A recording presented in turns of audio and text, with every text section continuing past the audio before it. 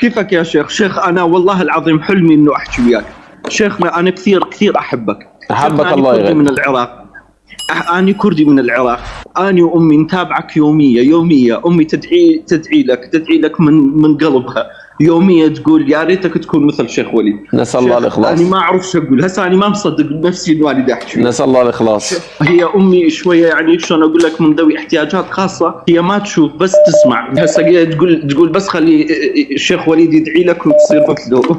حاضر والله. أنا ما مصدق بروحي إنه بالله عليك سلامي ليها، سلامي لأمي، ربنا يبارك فيك. سلامي ليها. تسلم لي. الله يعزك، وانا ندعي لك كلها ان شاء الله، ونسال الله عز وجل ان تكون افضل من وليد اسماعيل، افضل من وليد اسماعيل ان شاء الله. يا رب تكون افضل من وليد اسماعيل، وتكون محاور ناجح، وتكون اذكى من وليد اسماعيل، ويكون لك صيت اكثر من وليد اسماعيل كمان، وتنصر الامه الاسلاميه، تنصر صحابه النبي صلى الله عليه وسلم، وتنصر الاسلام.